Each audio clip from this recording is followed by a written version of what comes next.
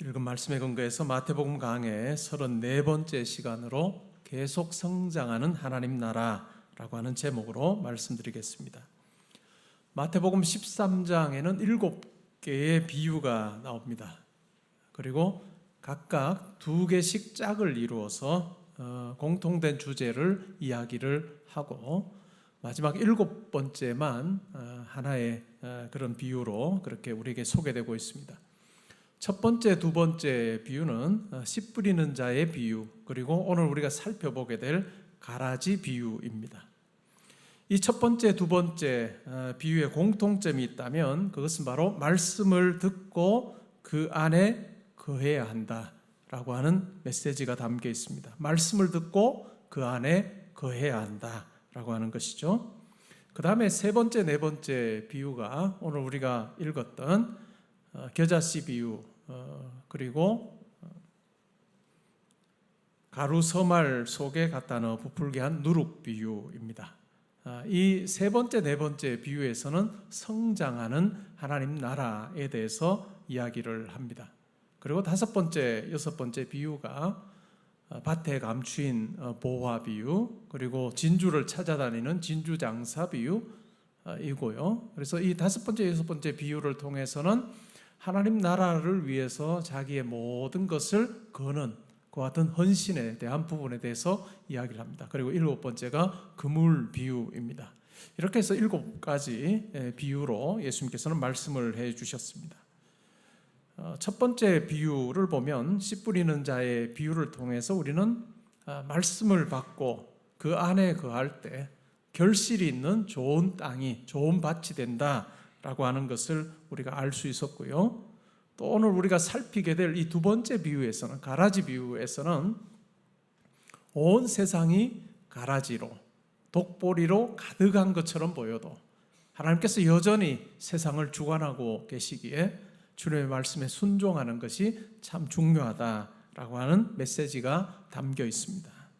그러면 가라지 비유를 한번 살펴보죠. 예수님께서 이런 말씀을 하셨습니다. 한 주인이 자기 밭에 씨를 뿌려놨습니다. 근데 밤에 원수가 와서 가라지, 독보리라고 할 수 있는 가라지를 뿌렸습니다. 이 독보리와 밀은 구분하기가 굉장히 어렵습니다. 근데 어느 정도 자라면 이것이 밀이 아니고 독보리구나, 가라지구나 라고 하는 것을 알게 되지요. 시간이 좀 흘렀습니다. 종들이 밭에 누군가가 가라지를 뿌렸다라고 하는 것을 알게 됐습니다. 그래서 주인에게 묻습니다. 주인님, 누가 가라지를 뿌렸을까요? 주인이 이렇게 답합니다. 원수가 밤에 와서 가라지를 뿌렸구나. 또 종들이 주인에게 묻습니다. 그러면 우리가 가라지를 다 뽑아버릴까요? 그러자 주인이 이렇게 말합니다. 가라지를 뽑지 말고 그냥 내버려 두어라. 왜 그랬을까요? 가라지와 또 밀이 어느 정도 자라면서는 뿌리가 서로 이렇게 연결이 됩니다. 그러다가 보니까 이 가라지를 뽑으려고 하다가 보면 밀도 그냥 뽑히는 수가 있기 때문에 그냥 두어라 라고 그렇게 이야기합니다. 그리고 추수할 때가 되면 알곡은 모아서 곳간에 들이고 가라지는, 독보리는 따로 뽑아서 불에 태울 것이다 라고 그렇게 이야기를 하고 있습니다. 그리고 나서 제자들이 이 말씀을, 이 비유를 듣고 나서도 이해를 못했던 것 같아요. 그래서 예수님께 말씀을 드립니다. 우리에게 그 비유가 어떤 의미인지 우리에게 가르쳐 주십시오 라고 그렇게 부탁을 합니다. 그러자 예수님께서 이 비유에 대해서 설명해 주시는 내용이 나옵니다. 씨를 뿌리는 자는 인자, 곧 예수님이고, 씨는 천국의 아들들이고, 가라지는 악한 자의 아들들이고, 원수는 마귀이고, 추수한다라고 하는 것은 예수님께서 천사들을 보내서 심판하시는, 악인과 의인을 가리시는 그와 같은 일을 행하실 것에 대해서 이야기를 하고 있습니다. 이 가라지 비유는 교회 역사 속에서 때로는 이 가라지 비유가 교회 안에 믿는 자도 있고 믿지 않는 자도 있다라고 하는 교회 안에서의 믿는 자와 믿지 않는 자의 어떤 공존에 대한 그러한 비유다라고 그렇게 설명을 하는 경우도 있었지만, 그러나 예수님의 가르침을 생각을 해보면 이것은 교회 안에 믿는 자도 있고 믿지 않는 자도 있다라고 하는 의미가 아니라 세상 속에 믿는 자와 믿지 않는 자가 함께 더불어 사는 부분에 대해서 이야기합니다. 그러나 하나님께서는 마지막 때가 되면 예수 그리스도를 통해서 또한 천사들을 보내어서 하나님께서 기뻐하시는 믿는 자와 또한 믿지 않는 자를 가리는 그와 같은 일을 하실 것에 대해서 말씀해 주셨습니다. 그렇기 때문에 세상 속의 성도에 대한 묘사가 바로 이 가라지 비유 속에 등장하고 있습니다. 우리가 신앙생활하면서 세상에 살면서 이런 고민을 하는 경우가 있습니다. 과연 이 세상에 하나님께서 함께하고 계시는가? 하나님께서 과연 이 땅을 다스리고 계시는가? 라고 하는 물음을 던질 때가 있습니다. 어떤 때 그런 물음을 던질까요? 악인이 득세할 때입니다. 곤모술수를 쓰는데 그 사람이 승승장구하는 모습을 보면서 왜 의로우신 하나님, 공의로우신 하나님께서 가만히 계시는가? 라고 하는 그런 의문을 우리가 가질 때가 있습니다. 그러면서 진짜 하나님께서 이 세상을 다스리시는 것이 맞나? 라고 하는 그런 생각으로 이어지기도 합니다. 조금 더 나가면 어떨까요? 예수님께서 마지막 때에 다시 오셔서 알곡과 가라지를 구별하는 그와 같은 일을 하시겠다라고 하셨는데 과연 예수님께서 이 세상에 다시 오실까? 예수님의 재림이 과연 있을까라고 하는 의문도 우리 가운데 들기도 합니다. 왜 그럴까요? 예수님께서 승천하신 후 다시 오시겠다라고 말씀을 하셨는데 2000년 가까이 되도록 예수님께서는 오시지 않으셨기 때문입니다. 성도로 살면서 그런 고민을 합니다. 과연 내가 살고 있는 동안에, 이 세상에 내가 사는 동안에 예수님께서 다시 오실까? 말씀은 우리에게 끊임없이 이야기합니다. 예수 그리스도의 재림을 갈망하는 자로 살아야 된다라고 그렇게 말씀하는데 2000년이라고 하는 이 기간이 때로는 그 예수의 재림을 열망하는 그 소망이 조금씩 사그러들게 하는 그와 같은 이 시간이라고 하는 것으로 우리 가운데 작용하기도 합니다. 왜 그러면 예수님께서 바로 오시지 않으셨을까요?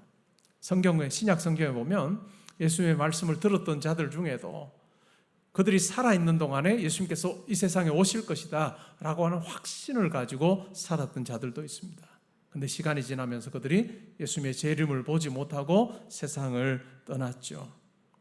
왜 예수님께서는, 하나님께서는 예수님을 이 땅에 바로 보내지 않으셨을까?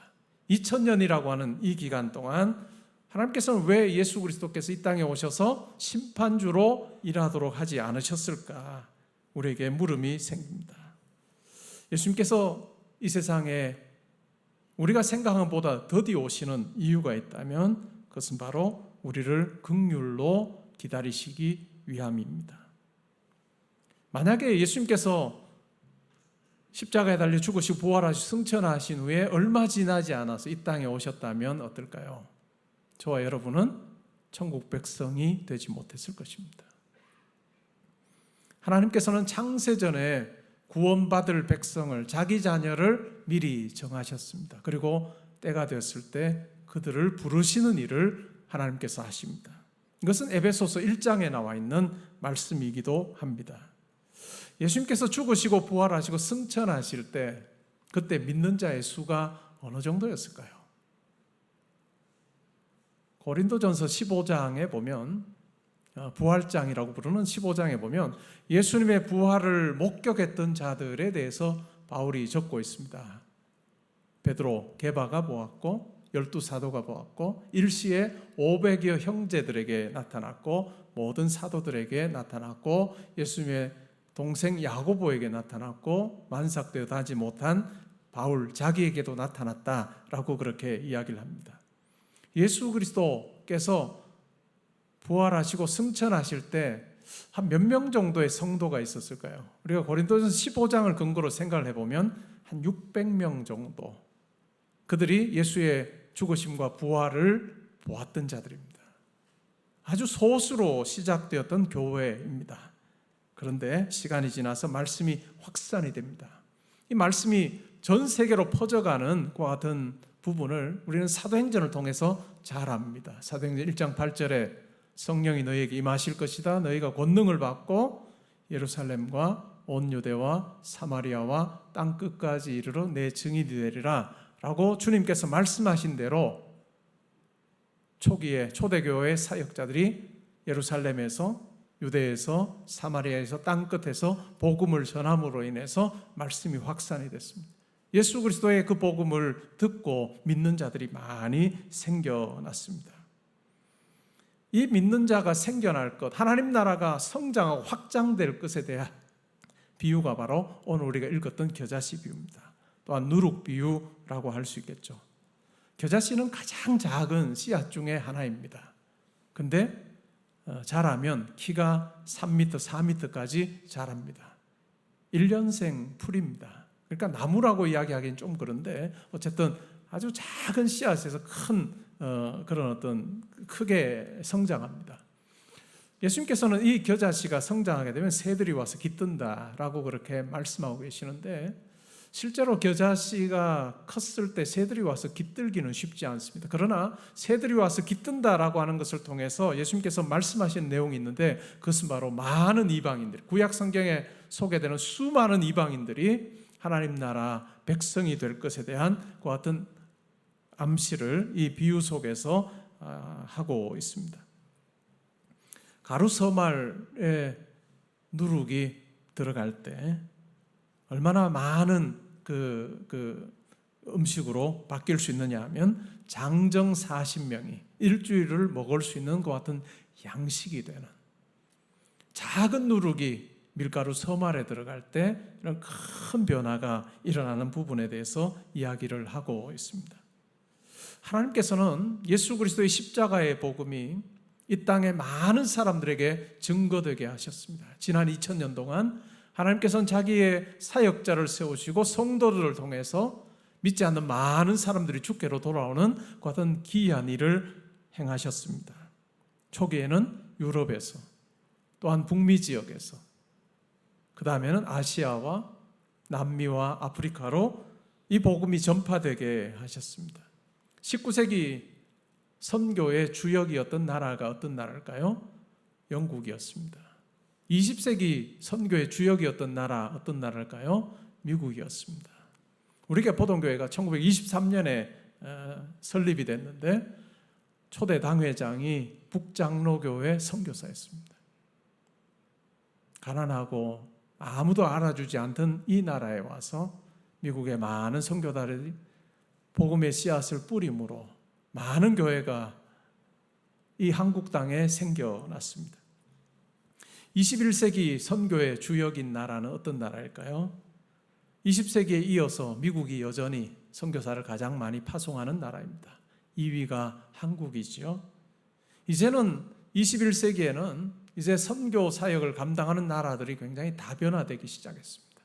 말씀을 주로 받았던 나라들이 이제는 복음을 전하는 나라로 바뀝니다. 대표적인 나라가 중국이라 할 수 있고 인도라 할 수 있습니다. 정말 많은 나라가 이제는 복음을 전하는 일에 동참하고 있습니다.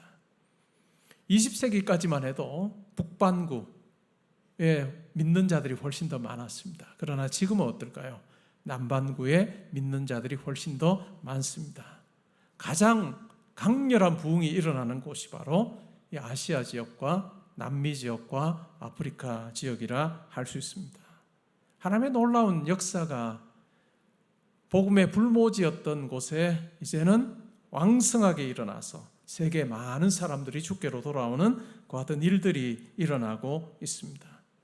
19세기 선교의 주역이었던 영국, 그 영국에 이제는 다른 나라에서 많은 선교사들이 파송되고 있습니다. 적어도 15,000여 명의 선교사들이 이제는 영국에 파송되어서 다시 복음을 전하고 있는 그 같은 형편입니다. 미국과 한국도 이제는 점차 성도 수가 줄고 있습니다. 한국의 경우를 한번 생각해 볼까요? 1960년대 교회 성장률이 44%였습니다. 1970년대에는 11%였습니다. 1980년대는 4.4%의 성장률을 기록했습니다. 그런데 2000년대가 되어서는 어떨까요? 이 성장률이 마이너스 성장으로 감소하게 되었습니다. 왜 이런 일이 벌어질까? 한때 선교의 주역이었던 나라가 왜 이제는 다시 복음이 증거되어야 되는 선교 대상국이 되는 그와 같은 형편에 처하게 되었을까? 여러 가지가 있을 것입니다. 분석하는 여러 가지 분석하는 자료들이 있습니다. 이러한 선교의 주역이었던 나라들을 보면 점점 더 부자가 되었던 나라입니다. 점점 더 부자가 되면서 세상의 가치관, 자본주의의 여러 가지 물질의 어떤 힘을 알게 된 그런 나라들이라고 할 수 있겠죠. 물론 그와 같은 세속화라고 하는 것도 매우 중요한 원인일 것 같습니다. 근데 저는 또 다른 측면에서 우리가 생각해 볼 부분도 있다라고 생각을 해요. 그것은 바로 선교와 복음 전파는 사람의 힘으로 하는 것이 아니다. 복음이 증거되는 데는 사람의 힘으로, 물질로 하는 것이 아니라 하나님께서 이 복음이 증거되게 하시는 주인공 되신다, 주역이시다라고 하는 것을 아주 분명하게 알려주시는 현상이라고 저는 생각합니다. 여전히 오늘날도 남미에서는, 아프리카에서는, 아시아에서는 복음이 증거될 때 놀라운 기적들이 일어납니다. 병 고침 받는 사람들이 생겨나고 많은 수많은 기적들이 일어나므로 하나님께서 복음 전파의 주인공 되심을 많은 사람들로 하여금 알게 하십니다. 물질로, 우리의 어떤 네트워크로 복음 전하는 것이 아니라 온 우주 만물을 창조하시고 사람들에게 생명 주시고 호흡 주신 그 하나님이 바로 복음 전파의 주인공이시고 주역이시다라고 하는 것을 우리로 하여금 알게 하시는 것 같습니다. 만약에 선교 주역이었던 19세기 선교 주역이었던 영국이 오늘날까지, 제가 영국에 4년을 살았는데 오늘날까지 정말 계속해서 교회가 부흥이 되고 200여 년 동안 선교, 세계 선교의 중심 나라가 되었다면 어떻게 됐을까요? 물론 좋은 현상이죠. 그러나 한면은, 일면은 어떤 게 있을까요? 우리가 마치 하나님 나라 확장의 주인공이다라고 하는 그 생각이 그들 가운데 들 수도 있을 것입니다. 계속 힘을 가지게 되면 하나님은 보이지 않고 우리가 뭔가를 하는 것처럼 오해하는 경우가 많다는 것입니다. 이러한 모습은 우리 인생과도 닮아 있습니다. 여러분, 우리의 인생에도 보면요, 우리가 흔히 말하는 꼭지점에 이를 때까지는 우리가 하는 것이 많아져요. 물질도 더 많아지고 건강도 좋고 인간관계의 폭도 넓어지고 지적인 어떤 능력도 더 많아집니다. 그때 주로 어떤 생각할까요? 내가 못할 게 없다라고 하는 생각을 대체로 합니다. 근데 꼭지점을 이제는 통과하여 내리막, 오르막이 아니라 내리막을 걸을 때는 어떤 생각이 들까요? 건강도, 물질도, 관계도, 지력도 이제는 이전과 비교하면 조금씩 더 빠져나가는 느낌을 가집니다. 우리 인생에 왜 하나님께서 이러한 인생을 살게 하셨을까요? 그냥 태어나서부터 죽을 때까지 정말 위로만 상향 곡선을 그리다가 죽게 하면 더 좋을 것 같은데 하나님께서 절대로 그렇게 하지 않으신다는 것이 왜 그럴까요? 우리는 꼭지점을 통과하고 내리막길을 갈 때 비로소 겸손이라는 것을 배우는 것 같아요. 겸손을 그때 배웁니다. 물론 오르막을 올라갈 때도 우리가 말씀 가운데서, 기도 가운데서 겸손함으로 하나님께서 내 삶에 함께 하신다는 것을 깨닫는 것은 매우 중요합니다. 그러나 많은 사람들이 꼭지점을 통과하고 나서 내리막길을 걸을 때 인생의 참 의미를 깨닫게 되는 경우가 많습니다.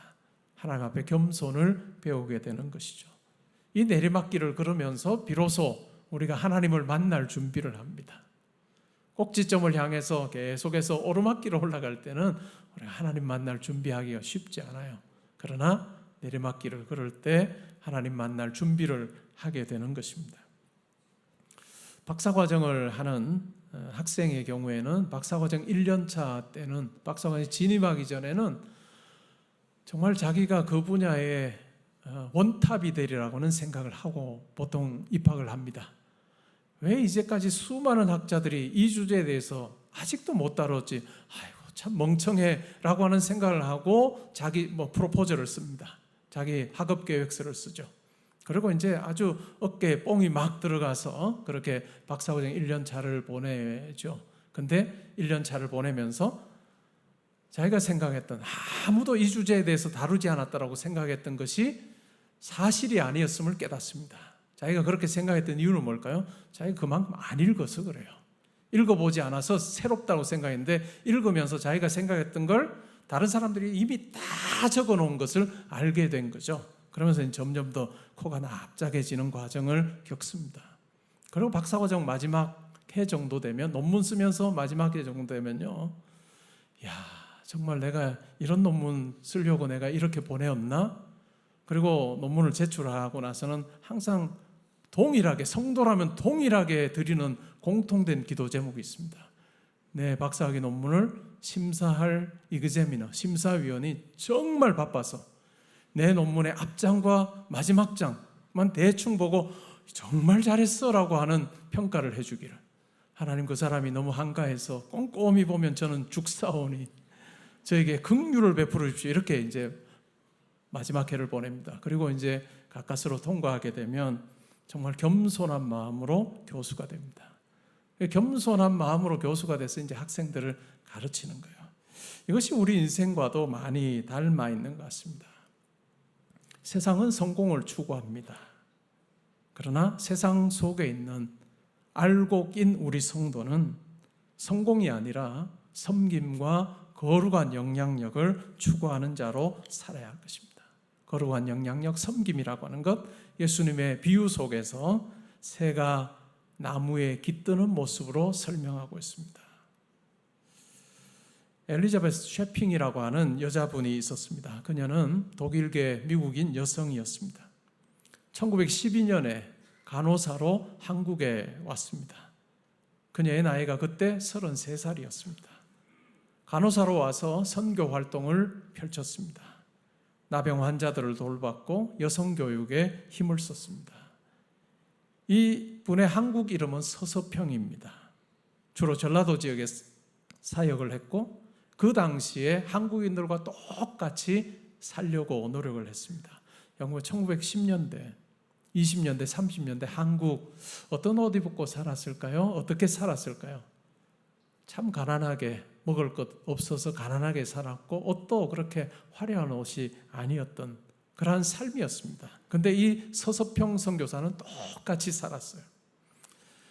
그녀가 한국에서 17년을 사역을 하고 1929년에 미국 어머니를 보기 위해서 미국으로 잠시 돌아갔습니다. 어머니가 이 셰핑을 보자마자 이런 이야기를 했습니다. 너 거지꼴로 사는 모습 보니 내가 더 이상 너를 볼 수 없어. 너 내 눈앞에서 사라지면 좋겠어 라고 하는 말을 들었습니다. 홀대를 당한 거죠. 거지처럼 사는 그 모습 도무지 탐탁지 않았던 것입니다. 1920년대, 30년대 미국도 경제공황으로 아주 힘든 시기였습니다. 미국 교회로부터 넉넉한 후원을 받지 못했습니다. 그리고 한국에 들어와 있는 다른 선교사들로부터도 그녀는 무시를 당했습니다. 왜 그럴까요? 다른 선교사는 그래도 한국 사람들과는 조금 이렇게 구별되어서 내가 복음을 전하지만 당신들과 똑같은 사람은 아니야 라고 하는 생각을 가지고 살았는데 이 셰핑의 경우에는 한국 사람들과 똑같이 지냈습니다. 그러다 보니까 무시를 당하기도 했습니다. 5년 뒤에 1934년에 55세의 나이로 세상을 떠났습니다. 사인이 무엇이었는가 하면 영양실조였습니다. 그가 세상을 떠났다는 이야기를 듣고 동료 선교사들이 그의 유품을 정리하기 위해서 그의 방을 찾았습니다. 그리고 그의 침대 아래에 그녀의 인생의 좌우명이었던 글을 발견하게 됩니다. 그 글이 바로 바보야, 성공이 아니라 섬김이야. 바보야, 성공이 아니라 섬김이야 라고 하는 글귀였습니다. 이 서서평 선교사는 성공을 추구하는 삶이 아니었고 내가 섬기러 왔다라고 말씀하신 예수님처럼 섬김을 실천하는 자로 살았습니다. 세상 가운데 성도로 사는 우리에게도 성공이 아니라 섬김이 우리 삶의 매우 중요한 부분이 되어야 될 것입니다. 아무리 성공한다 할지라도 우리에게 섬김이 없다면 우리 삶 가운데 예수 그리스도가 발견되기 어려울 것입니다. 뒤집어서 생각해 보면 우리의 삶이 어떠하든지 간에 나이가 들어도 병들어도 물질이 없어도 어떤 형편 가운데 있더라도 우리가 성공이라고 하는 것을 추구하지 않고 섬김이라고 하는 것을 내 인생의 매우 중요한 부분으로 우리가 붙잡으면 내가 섬길 수 없는 형편은 없다는 것을 우리는 알게 될 것입니다. 우리가 빌립보서 4장 13절을 매우 좋아합니다. 내게 능력 주시는 자 안에서 내가 모든 것을 할 수 있다 라고 하는 바울의 고백인데요, 이 바울의 고백 바로 앞에 보면 바울이 이렇게 말합니다. 내가 정말 풍부함에도 처할 줄 알고 또한 비천함에도 처할 줄 안다. 그래서 내가 어떤 형편에서든지 내가 자족함을 배웠다. 예수 그리스도 안에서 내가 스스로 만족하는 것을 배웠다. 그렇기 때문에 내게 능력 주시는 자 안에서 내가 모든 것을 할 수 있다. 내가 비천에 처하거나 풍부에 처하거나 그것에 따라서 내 힘이 커지고 작아지는 것이 아니라 내게 능력 주시는 예수 그리스도는 변함없이 나와 함께 하시기 때문에 능력 주시는 자 안에서 내가 모든 것을 할 수 있다라고 그렇게 고백하고 있습니다. 사랑하는 성도 여러분, 이것이 우리의 고백이 되어야 할 것입니다. 우리가 일주일을 또 살 것입니다. 우리가 일주일을 사는 동안 나의 섬김을 필요로 하는 자들이 누구인지를 잘 한번 살펴보면 좋겠습니다. 많은 사람들이 성공을 향해 나아가면서 다른 사람을 때로는 이용하기도 하고 다른 사람이 가진 것을 때로는 빼앗기도 하며 그렇게 살아가지만 세상 속에 알곡으로 부름받은 우리 성도는 그렇게 사는 것이 아니라 많은 사람들을 섬김으로 내 인생의 나무에 새들이 깃들 수 있도록 곁을 내어주는 그 같은 모습이 우리 가운데 있어야 될 것입니다. 말씀을 맺습니다. 세상의 가치관에 사로잡히지 않는 것이 중요합니다. 베드로 사도의 말씀에 보면 마귀가 우는 사자처럼 두루 다니며 삼킬 자를 찾는다라고 그렇게 이야기합니다. 마귀가 그와 같이 두루 다니면서 삼킬 자를 찾는다라는 이 의미 어떤 걸까요?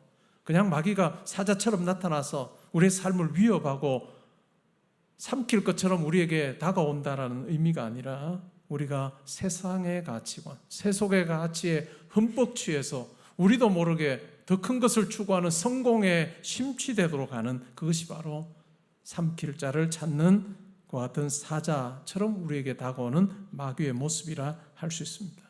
그러한 유혹에 우리가 넘어가지 말고 내가 섬김을 받으러 온 것이 아니라 내가 섬기러 왔다라고 하신 우리의 주님이신 예수 그리스도를 닮아서 한 주간 내가 섬길 자를 살펴보며 그들을 섬기는 자로 사는 우리가 되면 좋겠습니다. 그러할 때 내 눈에 보이지 않았던 사람이 내 눈에 보이게 될 것이고 바로 그를 섬기는 과정 속에 하나님의 뜻이 아름답게 펼쳐지는 것을 경험하게 될 것입니다.